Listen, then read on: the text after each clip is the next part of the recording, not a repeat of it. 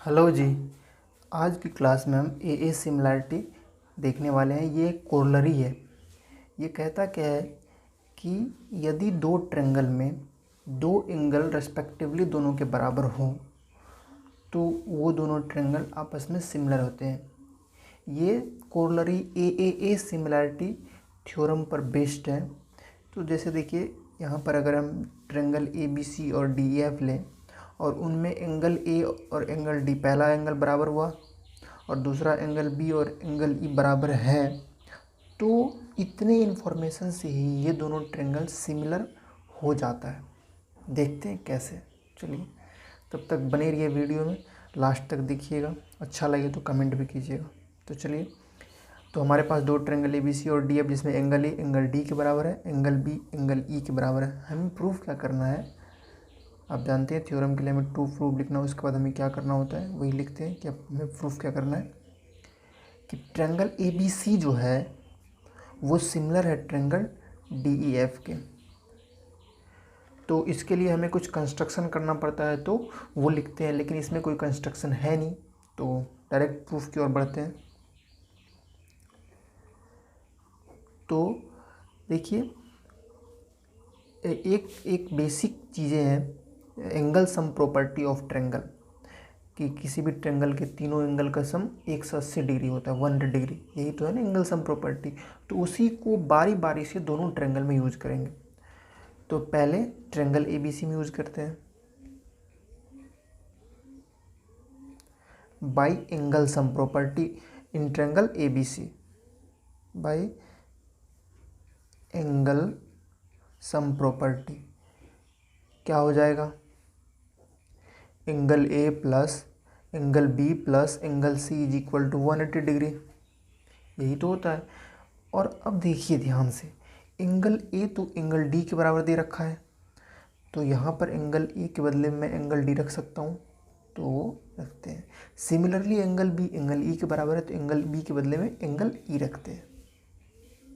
और angle C तो वैसे ही है, रहने देते हैं उसको, कुछ नहीं, उसके बारे में मुझे पता नहीं है।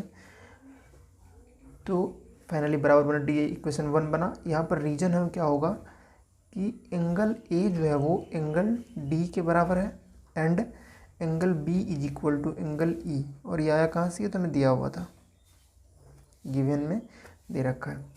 And second triangle D F में फिर से लगाएंगे angle sum property of triangle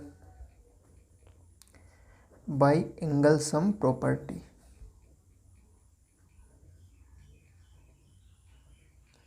क्या होगा, angle D plus angle E plus angle F is equal to 180 degree. Let it be equation second. Now we have from equation first and second RHS of both equations are equal, that is 180 degree. दोनों equation का RHS बराबर है ना, देखिए 180 degree 180 degree. तो उस हिसाब से दोनों इक्वेशन का LHS भी तो बराबर होगा, तो वही लिखेंगे।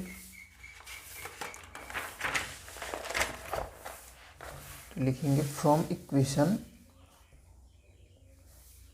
First and second we have RHS of both the equation are equal, that's why LHS will also be equal, that is angle D plus angle E plus angle C is equal to angle D plus angle E plus angle F।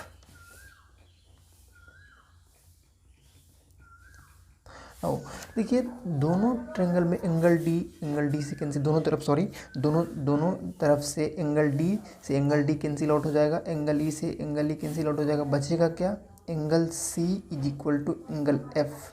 और ये तो हमें prove करना था। अब देखिए हमारे पास क्या है, इसको मान लेता हूँ मैं इक्वेशन थर्ड। नाउ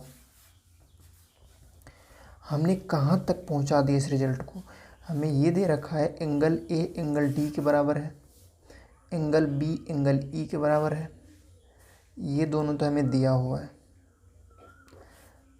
एंड अभी हमने प्रूफ करा है कि एंगल सी जो है वो एंगल एफ के बराबर है। ये कहाँ से, फ्रॉम इक्वेशन 3। तो आप देखो इस ट्रायंगल में हमने क्या कर दिया है, इस ट्रायंगल में हमने एंगल ए को एंगल डी के बराबर वो दे रखा है, एंगल बी एंगल ई के बराबर दे रखा है, एंगल सी को हमने एंगल एफ के बराबर प्रूफ कराया। तो फाइनली हमें इन दोनों ट्रायंगल में रेस्पेक्टिवली तीनों एंगल बराबर है। तो यही तो इसी हिसाब से तो कह सकते हैं ना ए सिमिलैरिटी। जब दो ट्रायंगल के तीनों एंगल एक दूसरे के बराबर हो रेस्पेक्टिवली, तो उन दोनों ट्रायंगल में ए सिमिलैरिटी लग जाता है और उस हिसाब से वो दोनों ट्रायंगल सिमिलर हो जाता है। तो लिखेंगे hence by A similarity triangle A B C जो है वो सिमिलर हो जाएगा ट्रायंगल डी ई एफ के, और यही तो हमें प्रूफ करना था, हेंस प्रूव्ड। देखिए ए सिमिलैरिटी कोई अलग चीज़ नहीं है, वो ए सिमिलैरिटी है। इनफैक्ट आप सोचो सही से, तो यदि किसी ट्रायंगल दो ट्रायंगल में दो एंगल इसका और इसका दो एंगल बराबर होगा, तीसरा एंगल सम प्रॉपर्टी से ऑटोमेटिक बराबर होगा ही होगा, हमने वही तो किया है। तो लेकिन जब सवाल आता है ना तो बहुत फ़र्क पड़ता है उस समय आपके पास बस इतना ही प्रूफ करना होगा। अगर बात एंगल पर आए तो आपको सिर्फ इतना प्रूफ करना है कि कोई भी दो ट्रायंगल है जिसको सिमिलर करना है, तो बस उसमें हमें दिखाना होगा कि कोई दो एंगल बराबर दिखा दूँ, तो उस समय हमें बहुत मदद मिलेगा। इसीलिए ए सिमिलैरिटी को फ्रीक्वेंटली यूज़ किया जाता है और इसी वजह से हमने इसका प्रूफ देखा। ए सिमिलैरिटी एक कोरोलरी है जो ए सिमिलैरिटी थ्योरम पर बेस्ड है। तो आई होप आपको ये समझ में आया होगा। अगर समझ में आया होगा ज़रूर बताएं और कमेंट भी करें कि कैसा लगा आपको। तो चलिए फिर मिलते हैं नेक्स्ट क्लास में, तब तक के लिए थैंक यू।